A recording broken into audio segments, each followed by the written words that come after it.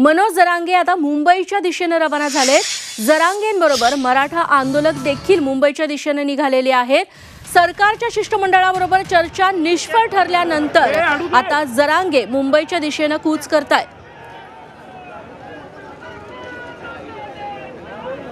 कॅमेऱ्याचा battery लाव, थोडा वेळ का अंडे देतो का मग?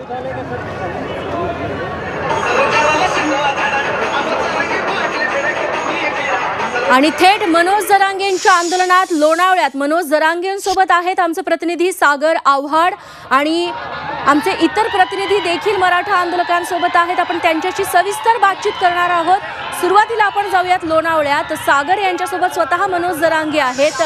सागर, मनोज जरांगे यांचं नेमकं म्हणणं काय आहे? सरकारसोबतची बैठक निष्फळ ठरली आहे, मात्र यापुढे त्यांची वाटचाल नेमकी कशी असेल?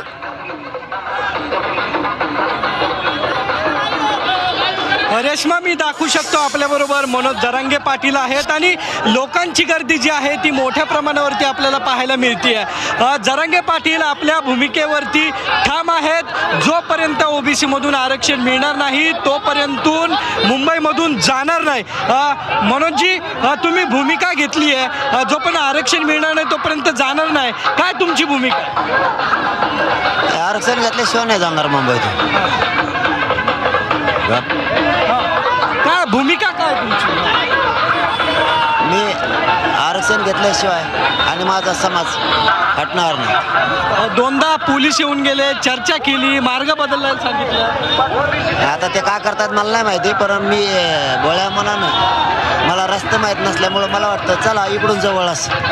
त्यांच्या पाठीमागे त्यांचा उद्देश जर वेगळा असेल तर हे फडणवीस साहेबांना सुद्धा अडचणीचं होईल मग, कारण ग्रह खातं त्यांच्याकडे आणि त्यांचे पोलीस जर विनाकारण हे दैवत जनता त्यांची सरकारची, सरकारने जनतेला दैवत मानलेलं आणि जनता दैवत असते कधी पण, हे मग धोका आहे। आणि ते पोलिसांकडून नाही तर मग फडणवीस साहेबांकडून होतं। फडणवीस साहेबांनी प्रामाणिकपणा सांगतो त्यांच्या पोलिसांना सांगावं आम्ही शांततेत आलेलो आहे। नसता शिंदे साहेबानं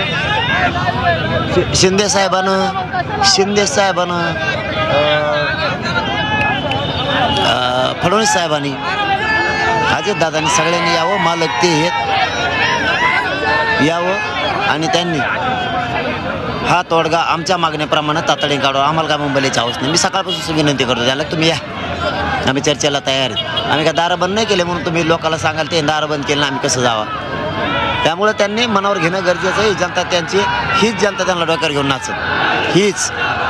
26 तारीख आहे उद्या। तुम्ही सांगितले की महाराष्ट्रभरातून लोक जे आहेत ते मुंबईच्या दिशेने येत आहेत।